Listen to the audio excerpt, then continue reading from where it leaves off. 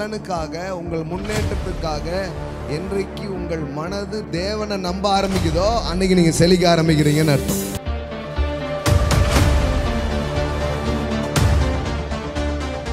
ஒரு ஊழியனுடைய தோல்வியில, ஒரு ஊழியனுடைய மரணத்துல, ஒரு ஊழியனுடைய வறுமையில கர்த்தர் மகிமைப்படல.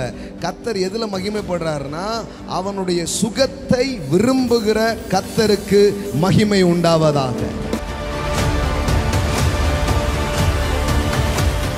தேவ ஊழியர்களாக நீங்கள் பிறருக்கு ஆசீர்வாதமா இருக்க, பிறருக்கு நன்மையா இருக்க, பிறருக்கு வழியாக ஒளியாக இருக்கத்தான் அழைக்கப்பட்டிருக்கிறீர்கள். அதுல எந்த மாற்றமும் இல்லை. ஆனா அது நீங்க ஒளிஞ்சு போய் நீங்க ஒண்ணுமில்லமாய் பண்ணணுன்ற அவசியம் கிடையாது. உங்க தியாகத்துல இந்த தீ எரியணுன்ற அவசியம் கிடையாது. இயேசுவின் கல்வாரி தியாகத்தினால் ஜனங்கள் ஆசீர்வதிக்கப்படுகிறார்கள். நான் எரிவேன், ஒளி தருவேன், ஆனால் ஒளிய மாட்டேன்.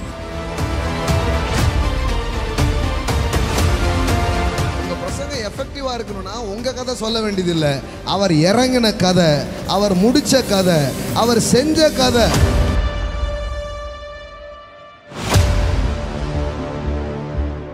நீங்க கஷ்டப்படணும்ன்ற அவசியம் இல்லைன்ற. இப்ப என்னத்துக்கு நீங்க கஷ்டப்படணும்? ஒரு ஊழியக்காரன் வியாதியில் இருக்க வேண்டியதில்லை. ஒரு ஊழியக்காரன் வறுமையில் இருக்க வேண்டியதில்லை. ஒரு ஊழியக்காரன் மன அழுத்தத்தில் இருக்க வேண்டியதில்லை. தம்முடைய ஊழியக்காரரின் சுகத்தை விரும்புகிற கர்த்தருக்கு மகிமை உண்டாவதா.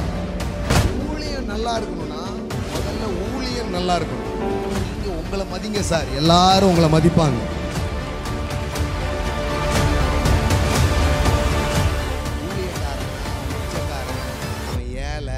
கையேந்திரவன்ற கதையை கிழிச்சு தூக்கி தூர போட்டுட்டு அந்த ஊர்லயே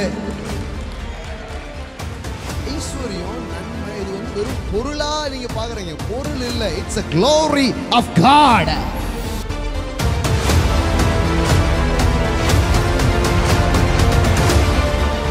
கடவுள் எங்க, கடவுள் இருக்கிறாரா அப்படின்னு நினைச்சு கேட்டு இருக்க உலகத்துக்கு நடுவுல நான் சொல்றேன், நீங்க நல்லா இருக்கிறது கடவுள் இருக்கிறான்றதுக்கு ஒரு அடையாளம். செழிப்பு, ஏதோ தங்கம், நோ. அந்த தங்கத்தை காட்டுறதுக்கு தான் இந்த தங்கம்.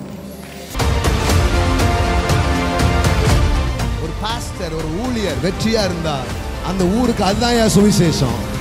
செழிப்பு யாருக்கு வரும்? யார் செழிப்பை பிரசங்கிக்கிறார்களோ அவர்களுக்கு வரும். நீங்க abundance பேசுங்க, repentance தன்னால வரும். Preach abundance.